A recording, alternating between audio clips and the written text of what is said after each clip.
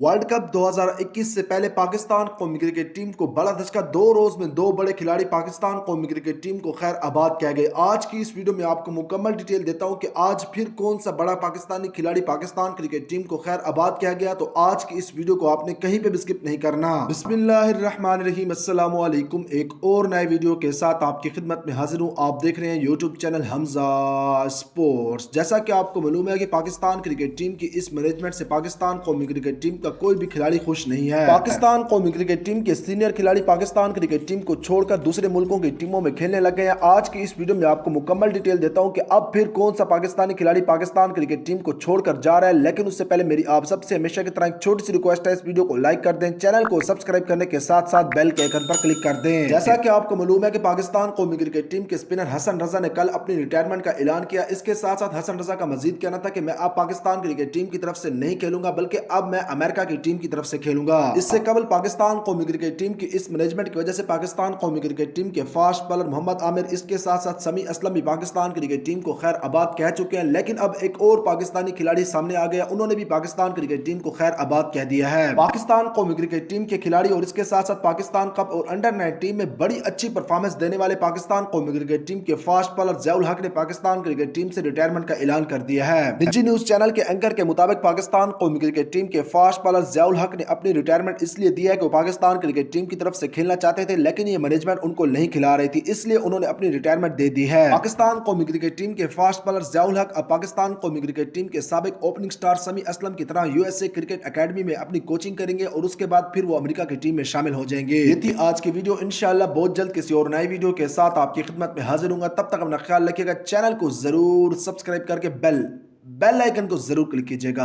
अल्लाह हाफिज।